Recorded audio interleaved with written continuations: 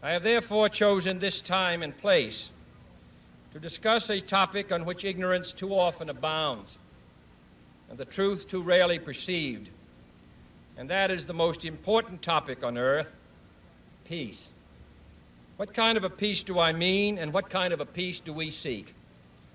Not a Pax Americana enforced on the world by American weapons of war, not the peace of the grave or the security of the slave. I am talking about genuine peace, the kind of peace that makes life on earth worth living, the kind that enables men and nations to grow and to hope and build a better life for their children.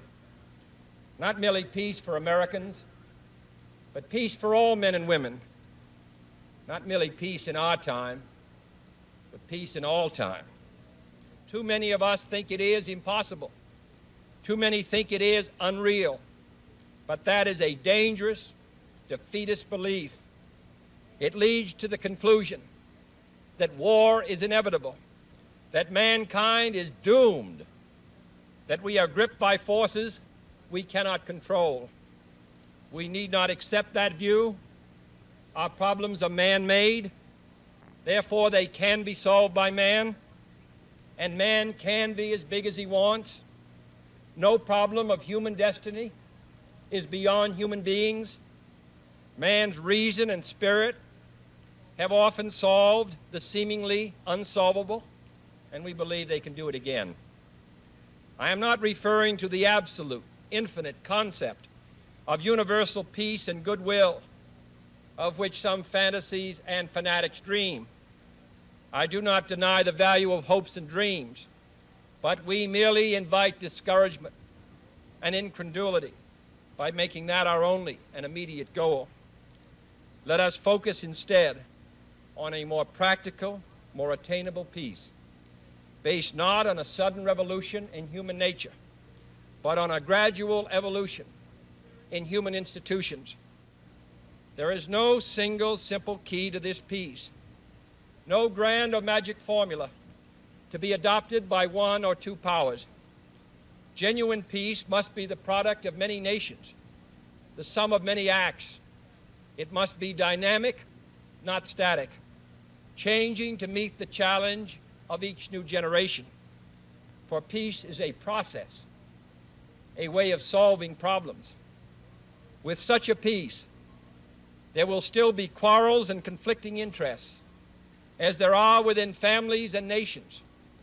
World peace, like community peace, does not require that each man love his neighbor. It requires only that they live together in mutual tolerance, submitting their disputes to a just and peaceful settlement.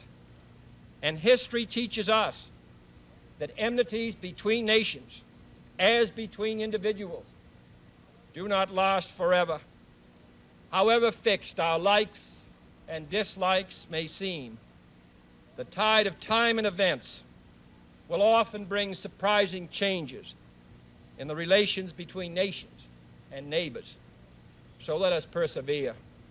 Our military forces are committed to peace and disciplined in self-restraint. Our diplomats are instructed to avoid unnecessary irritants and purely rhetorical hostility, for we can seek a relaxation of tensions without relaxing our guard. And for our part, we do not need to use threats to prove we are resolute. We do not need to jam foreign broadcasts out of fear our faith will be eroded. We are unwilling to impose our system on any unwilling people, but we are willing and able to engage in peaceful competition with any people on earth. It is our hope and the purpose of Allied policy to convince the Soviet Union that she too should let each nation choose its own future, so long as that choice does not interfere with the choices of others. The communist drive to impose their political and economic system on others is the primary cause of world tension today. For there can be no doubt that if all nations could refrain from interfering in the self-determination of others, the peace would be much more assured.